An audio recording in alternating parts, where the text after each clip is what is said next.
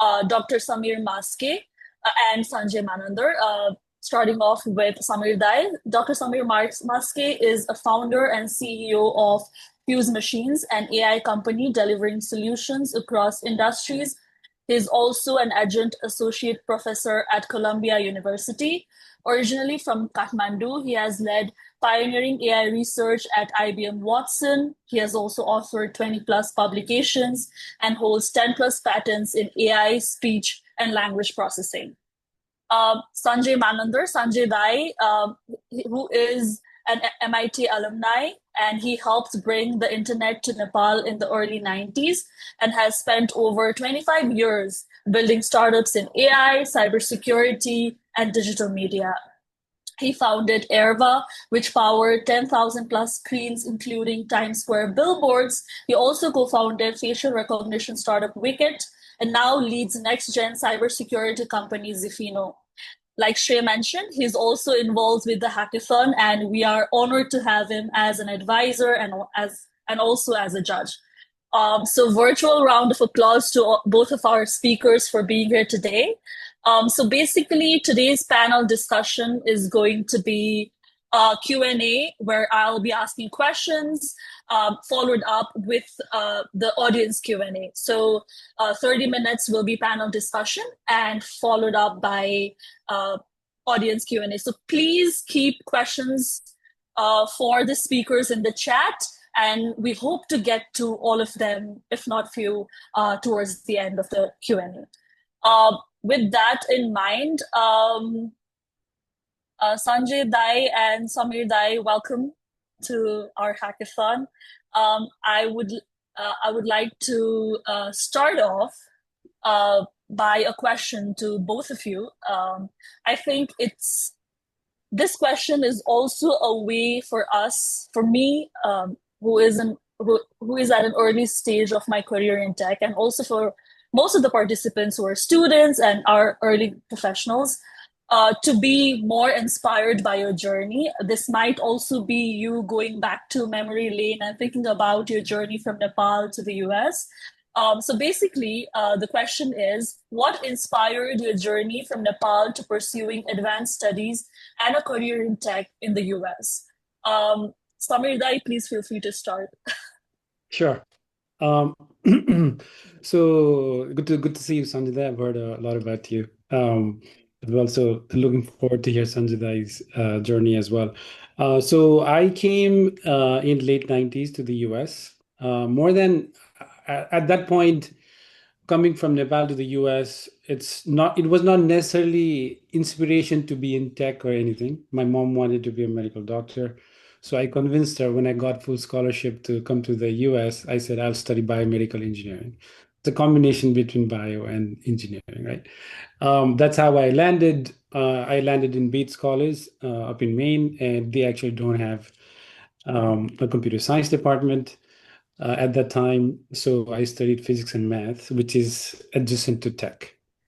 Luckily, I got some research grants to do research in speech synthesis in my first year and second year and third year. And then I got lucky to have professors who got to work at Carnegie Mellon and Caltech and so forth as summer students. And I got to build the first, at that time, I would still say it's first in the sense that nobody had built it, a Nepali text speech synthesizer that you would type it in Nepali. And this was 2000 and 2001, right? Like AI was not in anybody's radar as much. But I was doing research in AI, got to build a Nepali speech synthesizer, then build Nepali speech-to-speech translation. So this was during my undergrad, and that's sort of what led me deeper and deeper into technology, particularly from AI perspective. And as I built it and built this tech, I started to see, okay, there's really a lot of potential if you can make machines talk like humans, right? And this is early 2000s, so this is very far from how it is right now. It's all the researchers, NLP researchers' dream is the current state of things where you can talk to ChatGPT and get very relevant answers. But at that time, the inspiration was partly the potential of what it can be.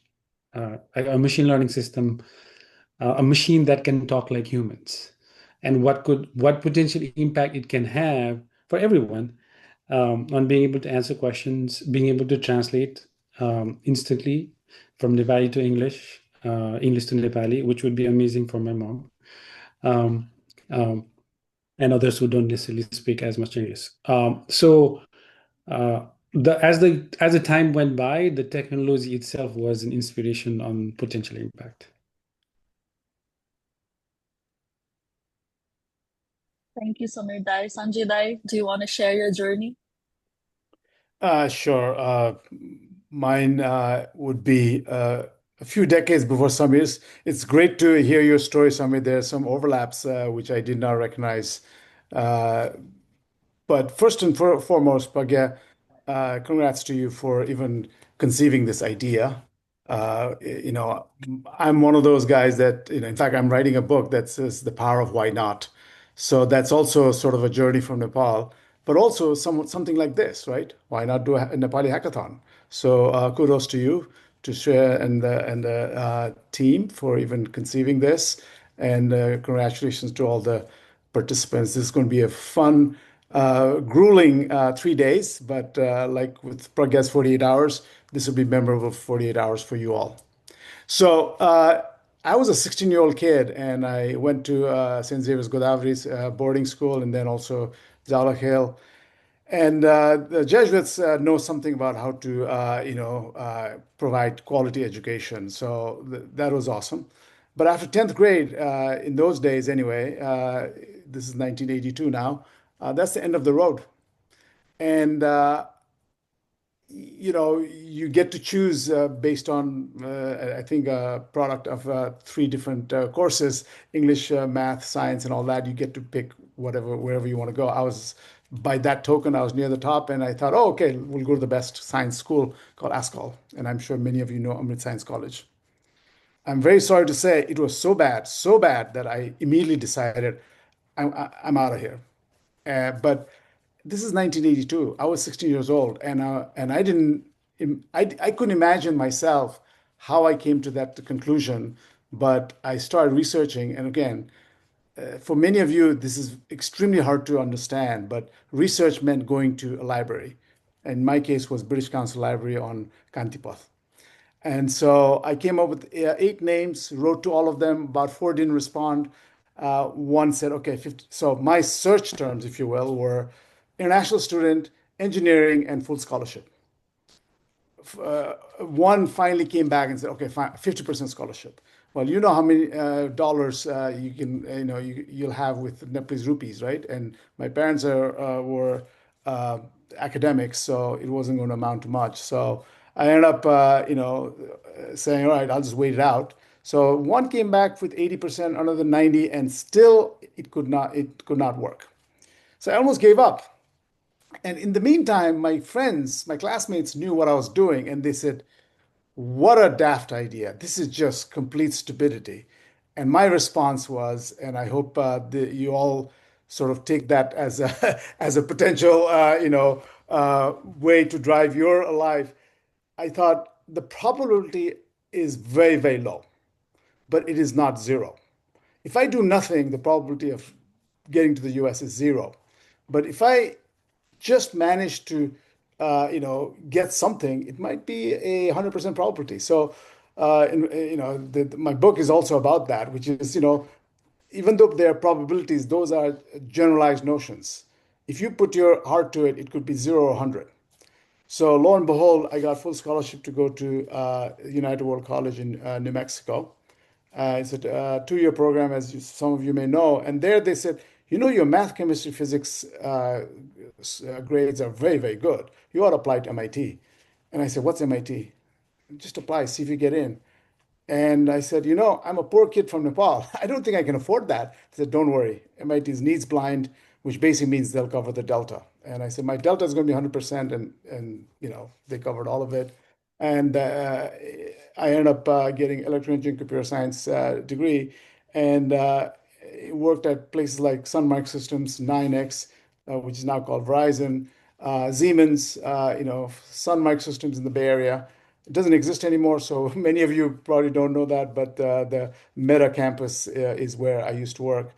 Um, uh, but this is where Samir's story and my stories kind of overlap. I didn't even know this. So my master's is from the MIT Media Lab, and the group is the speech group. So a few years, perhaps decades before him, but we were doing speech recognition and speech synthesis.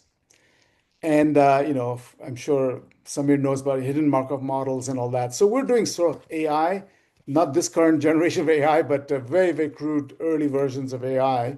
And but what I realized is it was not well done, or it was not ready yet. You had to speak like this. So the computer was too expensive. So the recognition didn't work well. Synthesis didn't work well. So I said, okay, forget that. And I ended up starting to focus on data networks, and hence I had the opportunity to basically do a little bit of an arbitrage because it was $3 to call home. And many of you today don't quite understand that concept because you can call anywhere for nothing, for zero, right? But in the US, it was 30 cents a minute, and to call Nepal was $3 a minute, which meant I never called home. So much later, it was called a voice over IP. So started using the data networks that was available to make calls that did not need to end, and nor was it tariffed. It was $0 to make calls. So I thought more than calls, what I'm more interested in is asynchronous communication of email. And of course, I didn't want to go to Nepal Telecom, so that's why found a nonprofit that did LEO, low Earth orbiting satellite, and has as a result HealthNet Nepal became the first ISP in Nepal. But long story short, after Siemens, I thought I want to start my own companies, and so this is what I do today. I'm just, I think, obstinately curious person, and so I've done a lot of things, including technology investments, but also more recently, technology companies in many different areas, as Pragya has said. So I'll leave it at that. I'm sure we'll get into other things as we go along. Wow, wasn't that inspirational? Thank you so much, Sanjay Dai and Samir Dai. I think during your journey, and this is not now, right? It's in the 80s and the 90s, coming to the US, working on whatever AI was there at that time.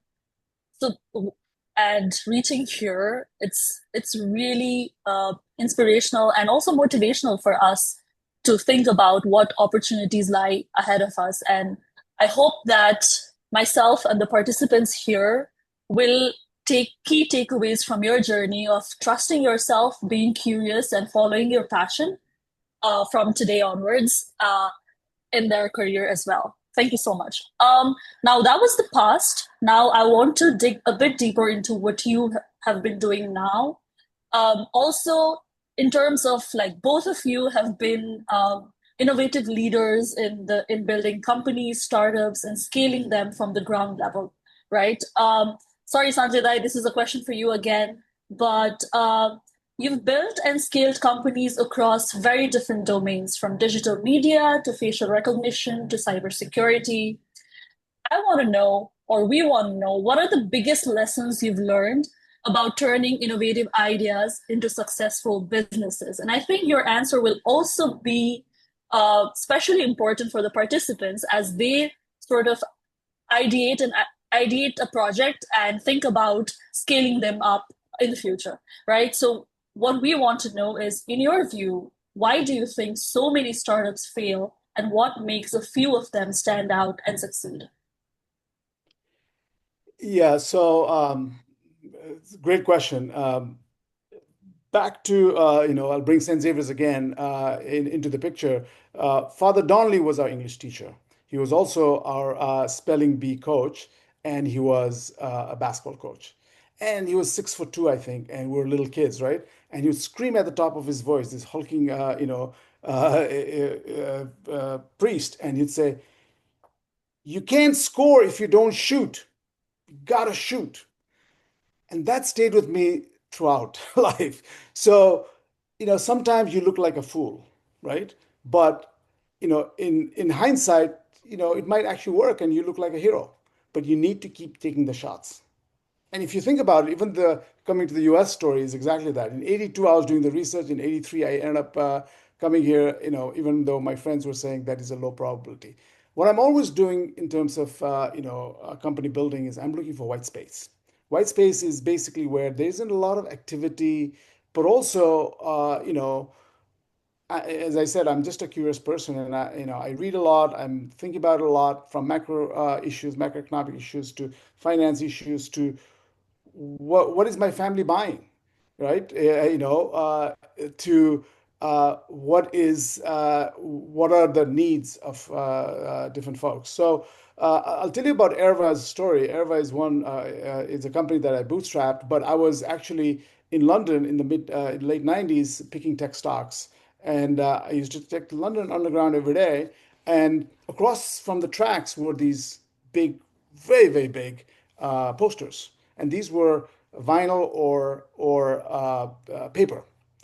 And I thought, wait a minute, this browser, and now we're starting to get PDAs, public display devices, right? Um, and also mobile phones. And again, I know we all have smartphones today, but those were two different things. They came together and became a smartphone. So I thought, wouldn't it be amazing if that poster were a digital screen and I, with my digital device, could actually change the content? So that was an aha moment, but I couldn't execute on it. So after 9/11, I decided, move the family back to the US, to Cambridge, and I thought, okay, let's work on this. And nobody was doing that. And in fact, there were very few digital displays. And one hypothesis I had was that hardware that I'd seen, the price keeps coming down. If the price keeps coming down, the volume is going to grow, and that means not only large companies, but even Joe's Pizza Shop's going to have displays. And if they have displays, they'll need a very simple way to change content. And of course, as the displays started happening, what happened was people started hooking up their CD players, DVD players to the display. Well, that's a very canned content. What if you wanted to have headline news? What if you want to have, some real-time content? To do that, I thought this is why you need a connected device and browser-based way to make the change. And as you said in your introduction, it was again.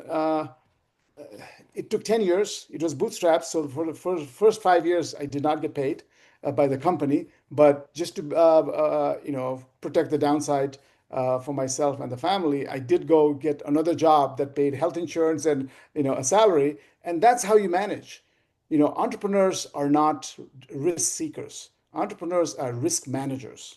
So there was a downside risk that would not have health insurance. That's not good, especially when you have two little kids. So the management of that risk was to go get another job and do 80 hours a week. And I knew that, so the long story short on that is that why do some fail and some companies succeed? In my case, it's just staying alive. I mean, we had many near-death experiences, but very few entities stay alive 10 years, right? We even went through 2008 and 9. So there's that example, but also the Zafino is in cybersecurity and compliance and governance. But during the pandemic, I realized, oh my gosh, and I was running a facial biometrics company, as I told you, but why is the Bitcoin price going up so much? I thought, there's supply and demand. There's a lot of demand for Bitcoin because it was the currency of choice for a lot of, ransomware attacks. So I thought, again, remember, I'm always looking for white space. And the white space I thought about at the time was there are choices for every product. I choose to buy it or not buy it. With cybersecurity, with what I saw during the pandemic, I thought there's no choice. Your livelihood, your company could be completely gone if an attack is bad enough. So I thought maybe the TAM, total addressable market, there is more interesting, and that's why the current company. But we can talk a lot about other companies, but the lesson here I think is always stay curious, and where you think you might have an edge, go all in. Amazing. Thank you, Sanjay. I think one key lesson that participants can take for the hackathon is looking for white spaces. So look for white spaces in areas of your interest and try to find opportunities and think about what problems can be addressed as a part of the hackathon.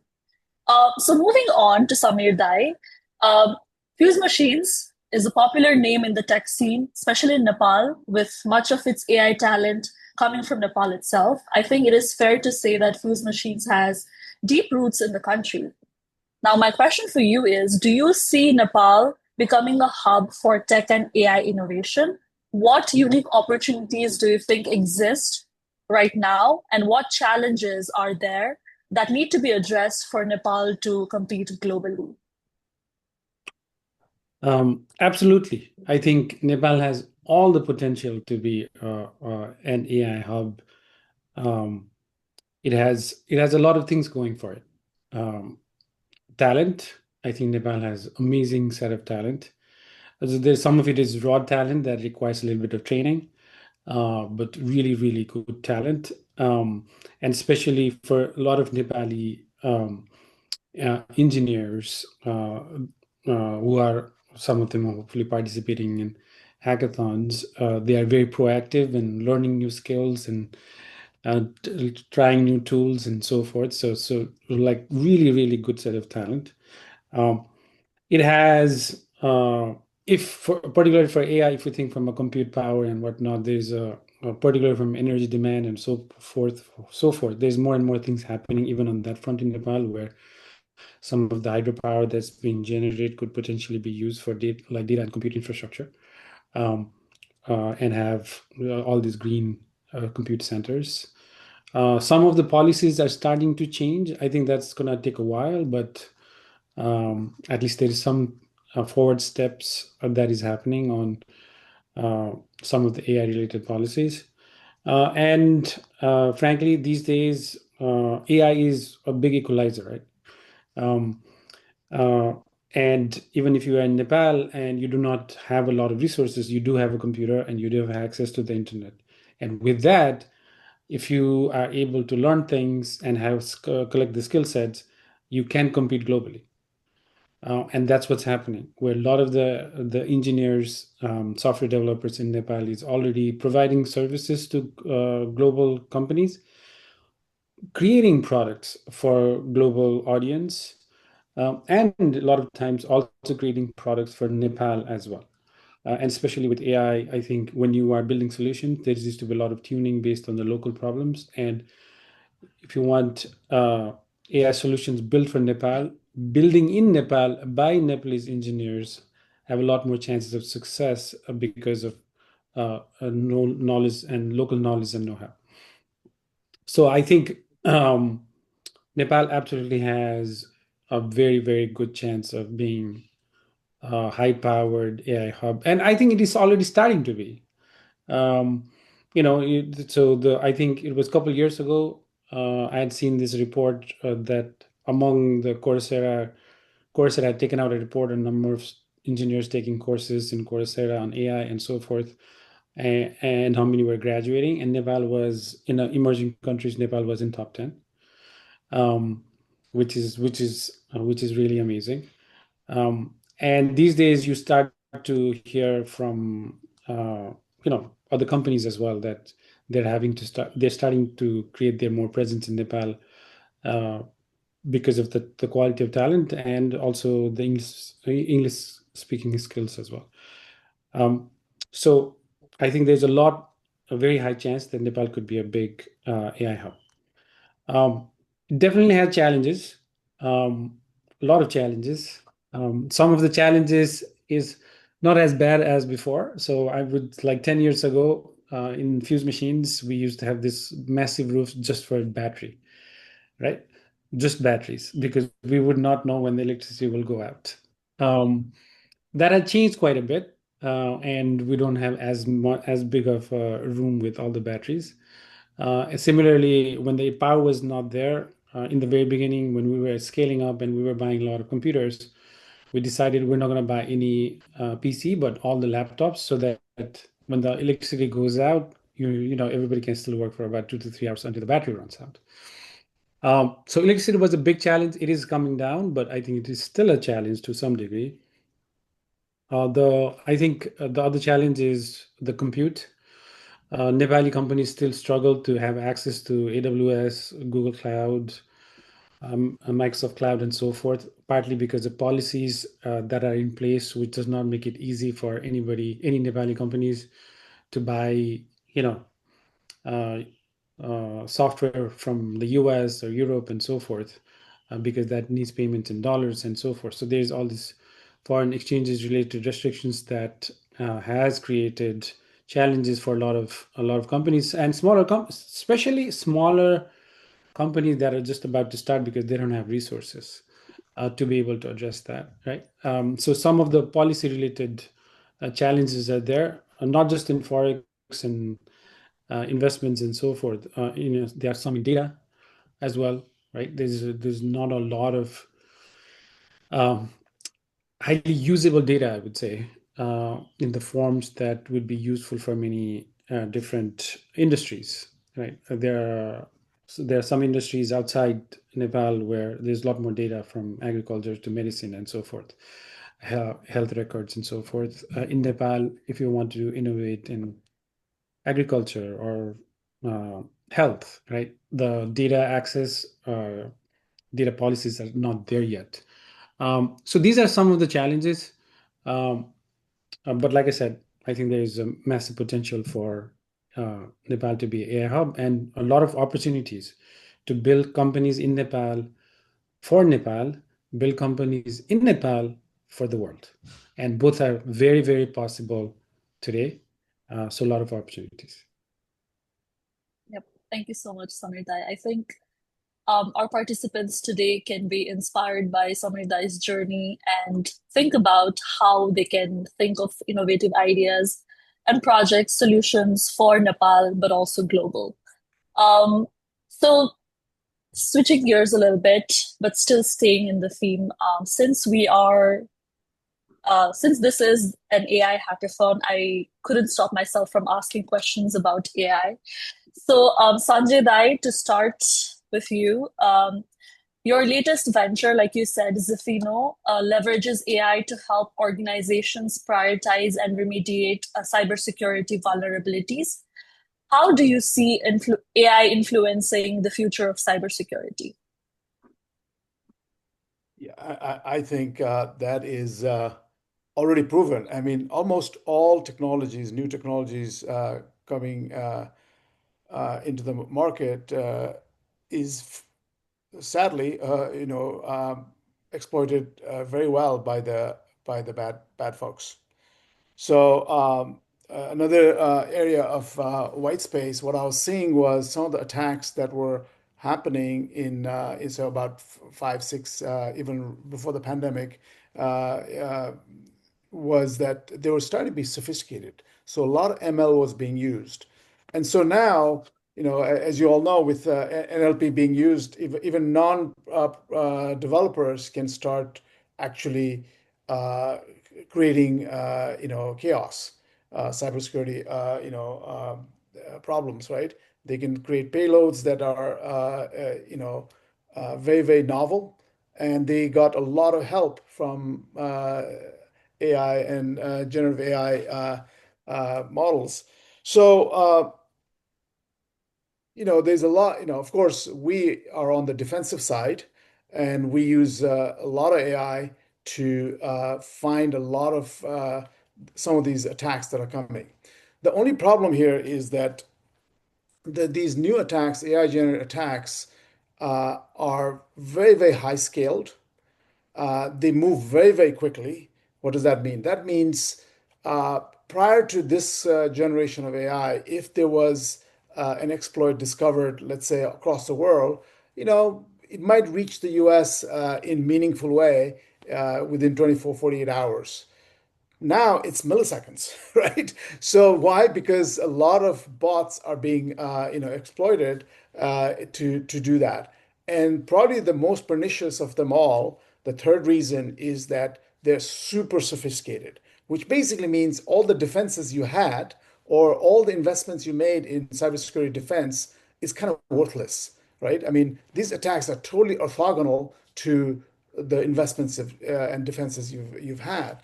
So we almost don't have a choice but to use AI for defensive purposes.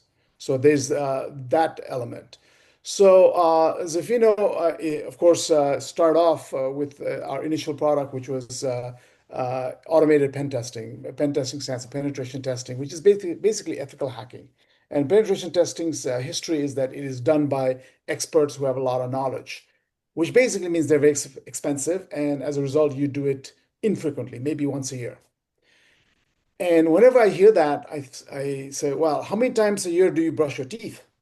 Right? For good hygiene, there's got to be a little bit of a frequency because the attack surface is constantly changing, but because of what the world does around you, or also what you do to yourself. You know, you hire more people, let people go, you add new systems or whatnot. The attack surface is changing, so you need to do it with some frequency, but you can't because it's predicated by human and the hours and so forth. So we took, and by the way, this has a relationship to the prior question.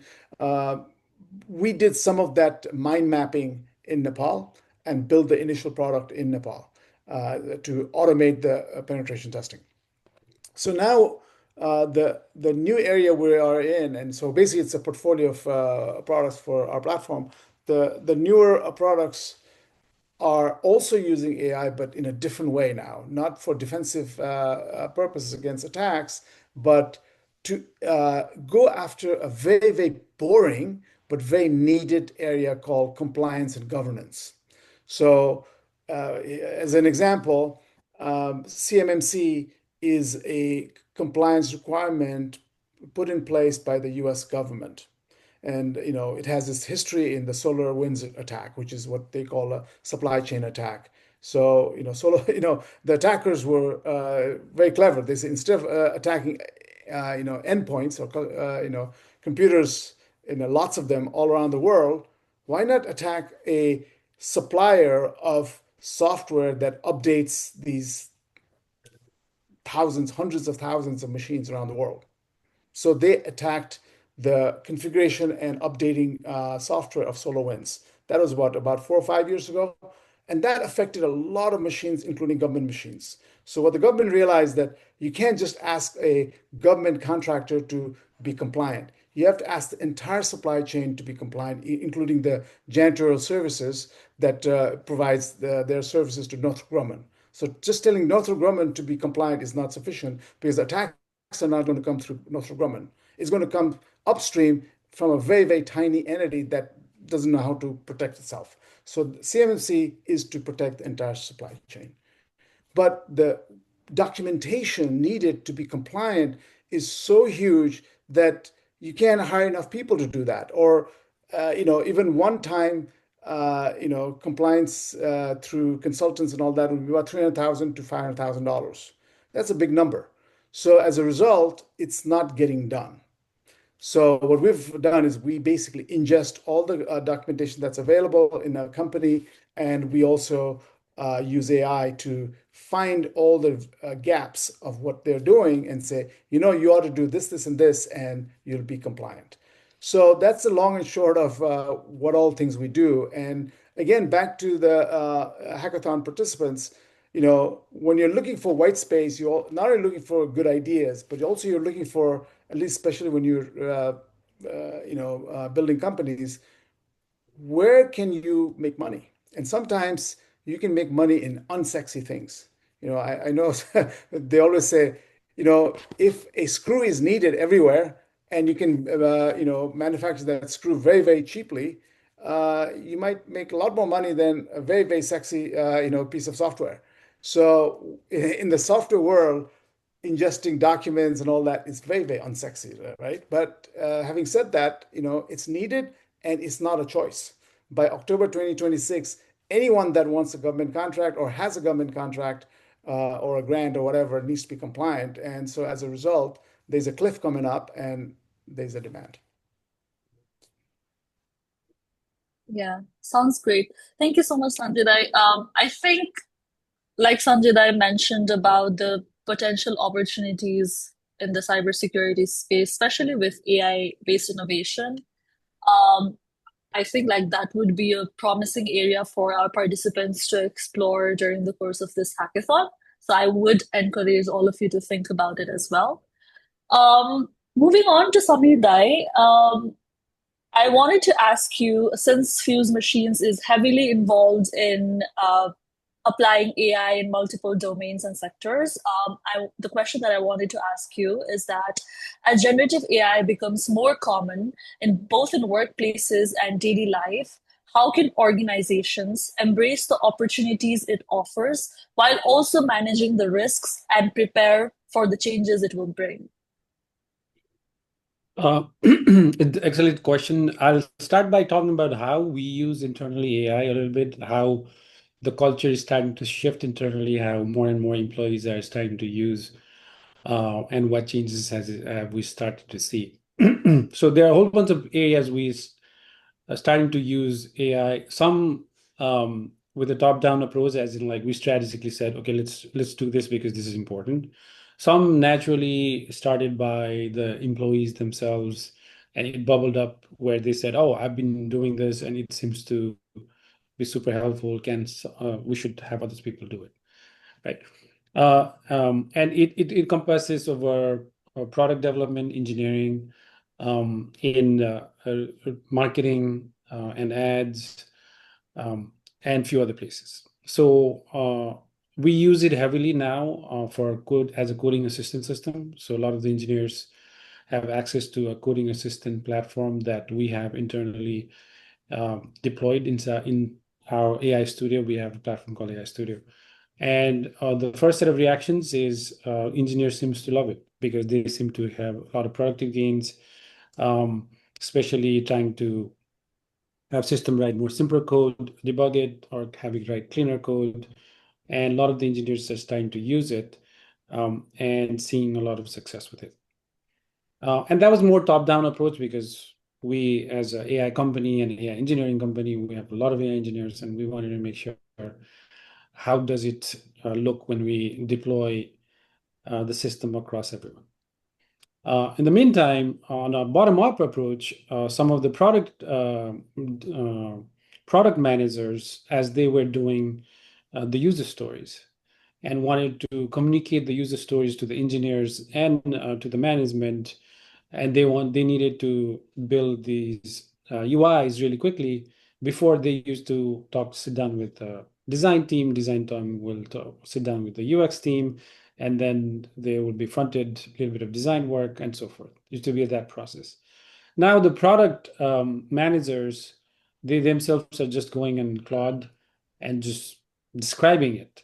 And the first time I saw the UI, I thought it had gone through that full process and created this UI, right? With simulated data, you can click on it, you can do a drop down and use the graphs, you can drag the graphs. I thought it was done through that, but then the product manager said, "Oh, this is just through a Claude." So huge efficiency gains because that cycle would have taken multiple days and would have taken multiple people to go from use interview of a customer, the feature they requested, synopsis of it, come up with a design to it, and then have that designed versus a quick prompt created that. So quite a lot of productivity gains on particularly employee perspective. Then overall, at a high level from a company perspective, there are a few other things that we are doing, such as interviewing assistants, because we interview a lot of engineers. And we've been trying to build a full-blown interviewing agent where the system would just come in Zoom and interview any engineer. It's not there yet, but a semi full automated version where it assists the interviewer is there. Right. So it is helping with that. It is helping with some of the product build we are doing for our enterprise customers as well. So it is helping the employees, it is helping the customers, and making quite a few gains for us. But obviously it comes with risks, right? And one of the things I keep saying to our enterprise clients is for a lot of enterprise clients, if you are in the business of selling to enterprises, you would realize like they have most of the companies do a POC and the POC never turns into full deployment. And especially with AI, there's a lot of POCs that never convert into a full deployment. And part of the reason from what I have seen is uh, the accuracy needed for enterprises to deploy the system to their end customers, the accuracy needs to be extremely high. Noise tolerance is quite low. Right? ChatGPT, when you talk to ChatGPT, we make a good use of it. We have a high noise tolerance. If it makes a mistake, it's not end of the world. But if a refund agent of a retail company makes a mistake of putting two more zeros on a refund or giving a refund to a wrong person or a wrong amount, it's a big problem. The accuracy needs to be extremely high. So one of the risks is, as we have seen across some of the clients, is the accuracy of the system not being as high as it need to be, and the company is giving up a little early on that journey of implementing AI. But besides that, there are other risks associated with AI from bias. And we have many of you are doing AI hackathons, so you probably heard stories on how AI systems that are not trained in diverse data sets has biased sets of outcomes. And I think I would end it by saying that AI has creating a lot of opportunities. There's a lot of ways it is helping businesses, but at the same time, in a grander scale, it is also automating some jobs almost fully, which displaces some jobs. And how to train more people and how to train people, especially where they might lose the jobs because it gets automated through AI education, is extremely important to address. Amazing. There's some questions in the chat. Do you Yeah. want me to answer one or two of them? Yeah, I was actually going to that. So Prabesh has a question to both, but Sanjay, feel free to start. His question is, while initiating any venture, do you tend to be more calculative and research oriented, or does it come with expansion of logic and then taking the risk? Yeah, okay. So this is a very personal matter. And this is why I'm even writing this book called The Power of Why Not. So very late in life, I ran into a mathematician called Bruno De Finetti. He lived from 1908 to 1984. So he's a mathematician and probabilist, and he says he's probably his most famous quote is, "Probability does not exist." And it's a very, very curious thing for a probabilist and mathematician to say. What if you flip a coin 1,000 times? It is going to be 50%, right? So, yeah, that's a different kind of, that's called frequentist, meaning you do the same event multiple times. Life is not doing it 1,000 times. Life you do one time, maybe twice, right? So in those kinds of events, what matters? What matters is the timing, the context, and your disposition and passion, right? So it's a very personal thing. So his view is, probability is a very subjective matter. So I'll answer that question by saying it is as many as there are individuals, how you approach it. So there are people that do a lot of analysis and say, all right, aha, I found the white space. There are others that sort of say, it's just a hunch. If I had to guess my approach, I'm probably in the middle. I'm always reading, I'm always learning, I'm always talking to people. And, I just enjoy that. I'm not doing that to start a company. I'm doing that just because I want to know about other things. Um, I mean, for instance, there are 3 or 4 companies, 5 companies I've started, but I invest as an angel. I've invested in a robotics company. I learn a lot from them. I've invested in a female MMA B2C company. I learn a lot from her. So these are folks that teach me stuff. And, this is another reason why I'm involved actively in this hackathon because I'm inspired by you guys, right? Yeah, we have a few achievements, but we also had decades. So I think you guys are in a very, very good place in that, especially if you have few responsibilities. By that I mean kids, mortgages, and all that, right? If you're just a student, go all out. Just do it. Do some analysis, but you don't need to do a whole lot. But you learn more from failures than from successes, as you all know. Amazing. I Samir can, Dai? I can stop there, but I want to respond to Samir about bias, algorithm bias. That was a very, very important aspect in my prior company, uh, Wicket, which is basically, again, white space, right? In 2017, Apple said you can open your device using your face. And I thought, aha, the compute has been cheap enough that now you can do FR, facial recognition, right at the edge. So I thought, why just open your device? Why not make it a ticketing system to go to a ballpark, to go to a concert, or even go to conferences and airports and so forth, and then also pay. In fact, I trademarked a line that says, your face is your ticket, and your face is your wallet. So the problem that so this is 2018. So 2018, long before ChatGPT happened, to for about 5 years, the biggest questions were about data privacy, data security, and then about algorithm bias. And it is true that whatever data you feed the algorithm, it learns from it. It also, on the obverse side of that, is that it cannot learn from data it doesn't have. So, and I'll tell you, the first product was not recognition for entry. It was just to give us a sense of male versus female and an approximate age group for the media network. Why does that matter? If L'Oreal is paying, they care about the second order data, not only the 10,000 people at this concert. They want to know how many are women, and in particular, how many are between 15 and 25 and 26 and 35 and so forth. And they'll pay a lot more for that level of data. What we realized is, and by the way, we did the labeling in Nepal.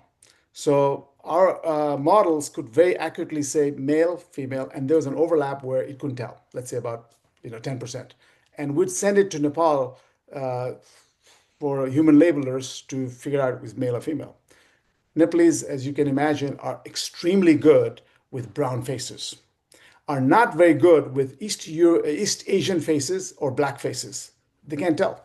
They certainly cannot tell age. In fact, I think most people can't tell age. So, I think I can say this now. Verizon was one of our customers, and they were extremely careful about algorithm bias. What if there are 10 people lined up and there's a black person in the middle and that person is not allowed in, but everyone else is allowed in? That's algorithm bias. The model did not get enough black, toned, dark toned people. So what do? What you do is you ingest a lot more data of the one that is causing the bias, and that's what we ended up doing. So algorithm bias is a very important thing in this in AI generated models, AI generated applications. But there are many other questions, but I'll let you read that and you direct the questions as you see fit, Pragya. Okay, thank you, Sanjay Dai. Just to cover up other people's question as well, Samir Dai, I'll ask you, and I'm not putting you on spot here, but if you I'm were to okay. I participate, can take it. uh, actually, this is for Samir Dai, I think. If you were to participate in the hackathon this weekend, what problem would you want to work on solving? Oh, there's there there's so many problems. One that we've been working on and that gets me excited, and this I think partially came out of the internal hackathon as well, was the interviewing agent I was talking about. I would love to build an interview agent that can, well, it's interview agent slash teaching a tutor, AI tutor. It's very similar. Both needs to be done well enough so that it's effective. Um, AI tutor would be amazing, where a personalized teacher can just be with you and teach you everything you want to learn. Um, and the tutor could come in Zoom and give a lecture to you. The teacher could write back an email and give you guidance. The teacher can provide give you exams to you and give feedback. And sometimes teacher can give you lessons and so forth. And that all-encompassing AI tutor would be absolutely amazing to build. Thank you so much. That was, yeah, I definitely think that would be a great solution. So with that, we have come to the end of the panel discussion. I know there were a lot of questions in the chat. I myself had a lot of questions in my question bank, but we are really short on time, so we are not able to address most of the questions. But having said that, thank you so much, Samir Dai and Sanjay Dai, once again for sharing your valuable time, your insight, sharing your journey, and also lots of tips and suggestions for the participants today. Thank you so much. Thank you all. Thank you. Thanks a lot. Thanks for organizing this, and good luck to everyone in the hackathon.